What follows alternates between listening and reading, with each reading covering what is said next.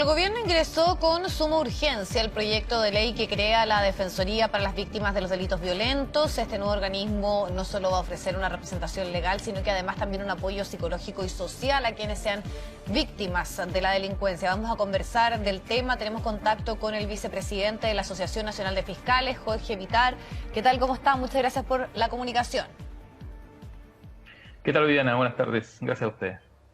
Bueno, lo que entendemos de esta propuesta que hace el Ejecutivo es finalmente que exista un órgano coordinador en el cual confluyan varios de los programas ya existentes en esta materia. Entonces, había un punto que discutíamos durante el fin de semana, que es la importancia de que esto cuente con recursos, porque hay ya, podríamos decir, una demanda excesiva, sobre todo en algunas corporaciones de ayuda judicial, de asistencia, para poder prestarle ayuda a las personas que han sido víctimas de la delincuencia. Entonces, ¿cómo lo ven ustedes como Asociación de Fiscales? Sí, bueno, nosotros hemos dicho respecto del proyecto que en principio nos parece una buena iniciativa.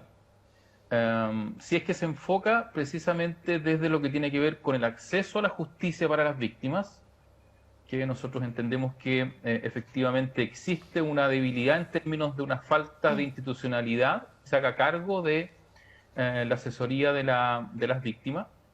Y en ese sentido, entonces, claro, va a depender de cuántas atribuciones tenga esta institución. Se habla de un servicio nacional de acceso a la justicia y por otra parte se habla de una defensoría.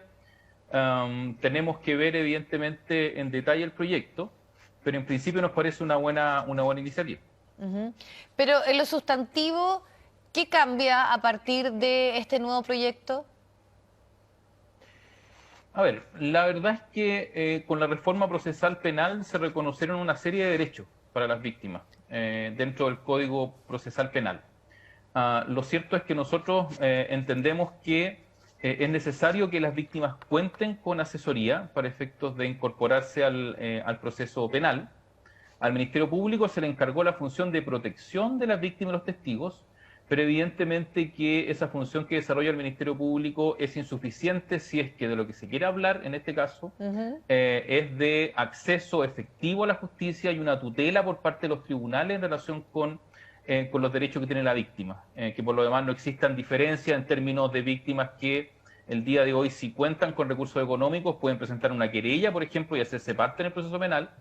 Y si es que no tienen los recursos, bueno, únicamente pueden comparecer a las audiencias, ser oídos y en definitiva no pueden continuar adelante. Uno de los aspectos que conversábamos durante cuando se hace este anuncio con parlamentarios del oficialismo era decir que muchas veces esa asistencia se daba por abogados que no tenían la preparación suficiente, que más bien estaban en un proceso de estudios, entonces que esto garantizaba y que además equiparaba la diferencia que tienen a la defensa, quienes han sido imputados o que están en un proceso por algún tipo de acción o de delito. ¿Es así? Efectivamente había y hasta ahora una diferencia que probablemente, o por lo menos la intención que tiene este proyecto es supuestamente equiparar en cuanto a la preparación de quienes asumen una defensa.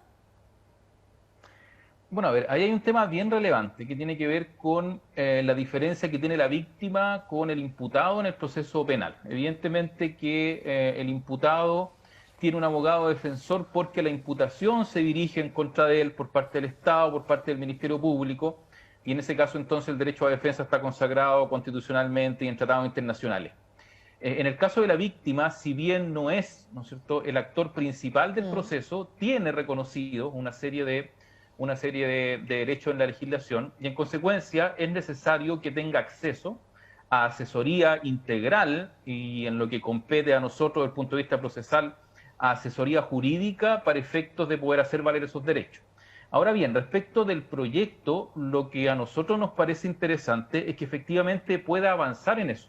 Es decir, puede avanzar en que efectivamente sea una asistencia jurídica efectiva para la víctima y que no se transforme, por ejemplo, en un mecanismo de política criminal por parte del Estado o por parte del gobierno de turno, en el sentido que existe una cobertura amplia en relación con las víctimas que puedan optar, ¿no es cierto?, a esta asistencia jurídica gratuita, ¿no es cierto?, y que en definitiva sea un abogado de la víctima, que no sea un abogado del Estado ni del gobierno que Ujú. está en este caso haciendo una labor de acompañamiento de la víctima. Nosotros creemos que en eso se juega bastante de la Sí. relevancia y trascendencia que puede tener el proyecto. Que hay una dedicación exclusiva precisamente a defender esa víctima. Pero quería aprovechar también de preguntarle, porque estas últimas semanas la contingencia ha estado marcado por delitos violentos, por balaceras y también precisamente por toda una discusión de si la normativa que tenemos se ajusta a las características del delito que se está viendo en este momento. Esto no es algo que es de ahora, es algo que ocurre hace mucho tiempo, sobre todo en sectores vulnerables de nuestro país, y también sabemos de muchos fiscales amenazados que no pueden cumplir su labor precisamente porque es una de las fórmulas que utilizan sobre todo las bandas asociadas al narcotráfico. Entonces, ¿qué opinión tienen como gremio respecto a la situación, a las propuestas y al foco en cuanto al tema de la discusión que se ha puesto de cómo se puede investigar y avanzar en justicia en torno a temas relacionados con crimen organizado y narcotráfico?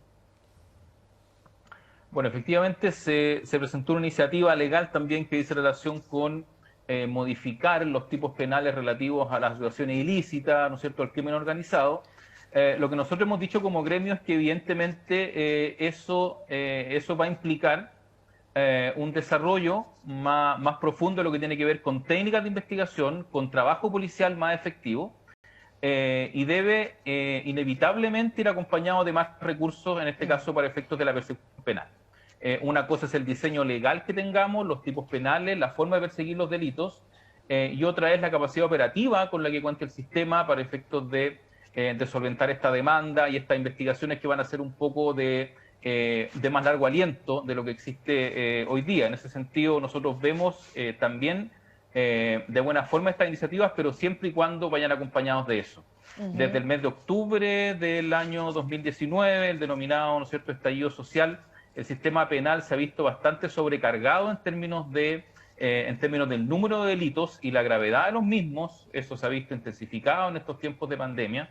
De hecho, hemos sido testigos de notas de prensa que efectivamente dan cuenta de la violencia con la que se está actuando.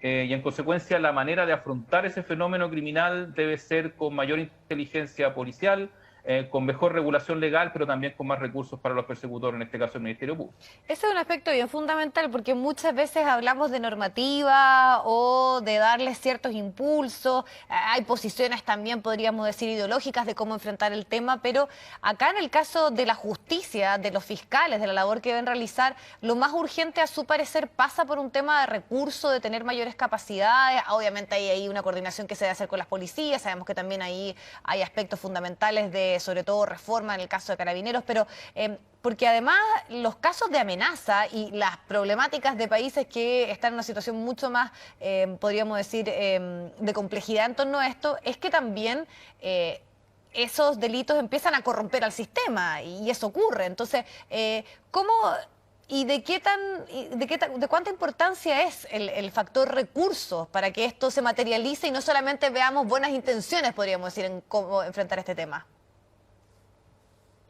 Bueno, la iniciativa, ¿no es cierto?, de perseguir crimen organizado ya derechamente, en términos de lo que implica la expresión, ¿no es cierto?, asociaciones que se dediquen a delinquir, implica evidentemente mayores, en este caso, recursos para las policías, mayor inteligencia policial, pero también dentro del Ministerio Público. El perfil del fiscal de crimen organizado hoy no existe como tal, Mm. más allá de fiscales que se dedican a la persecución de delitos denominados violentos en general, ¿no es cierto?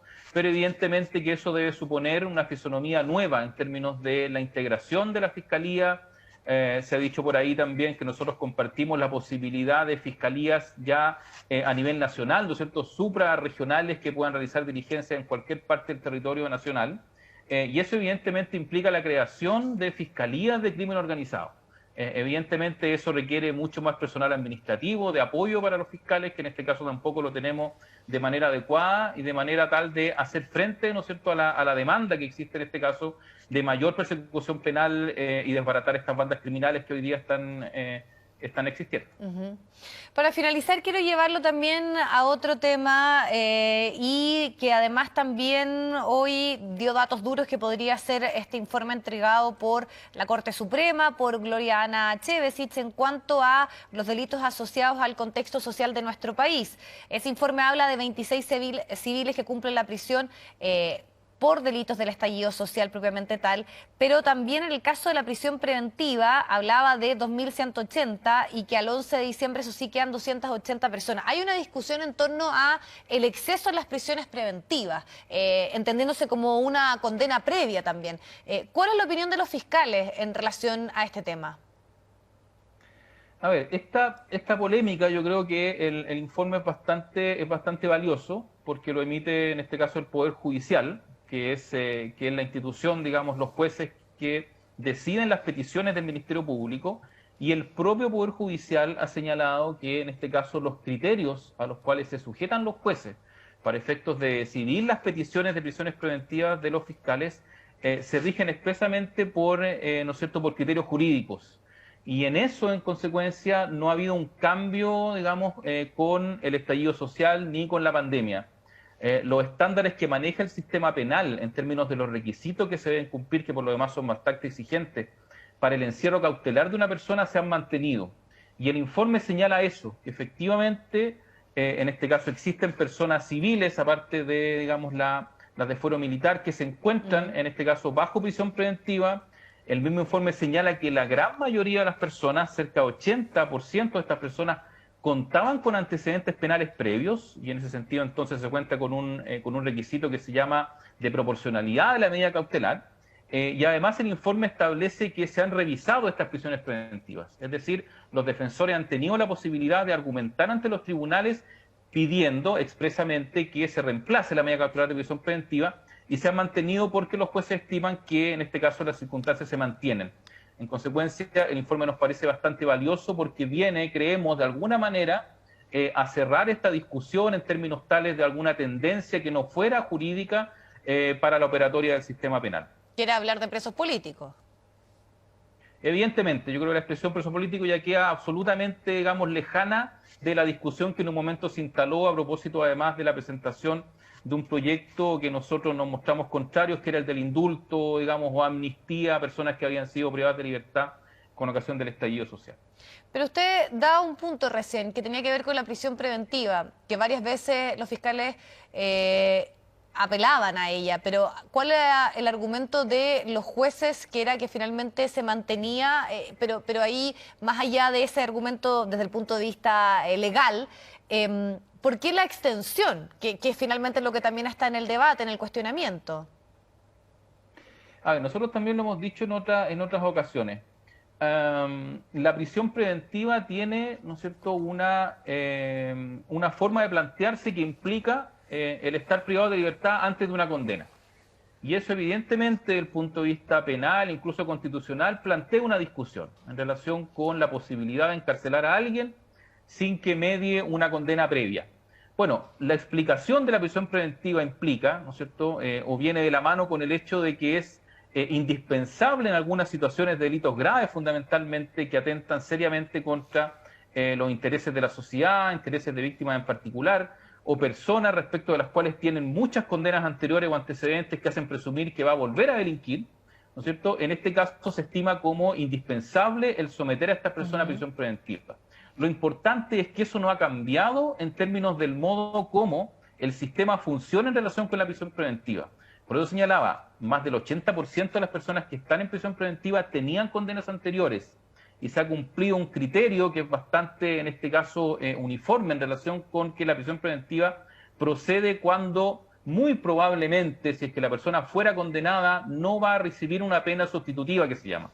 Es decir, va a tener que cumplir su pena en libertad, de manera tal que se abona el tiempo de la prisión preventiva a la futura condena. Le queremos agradecer el tiempo para poder abordar todos estos temas. Muchísimas gracias, que esté muy bien. Buenas tardes.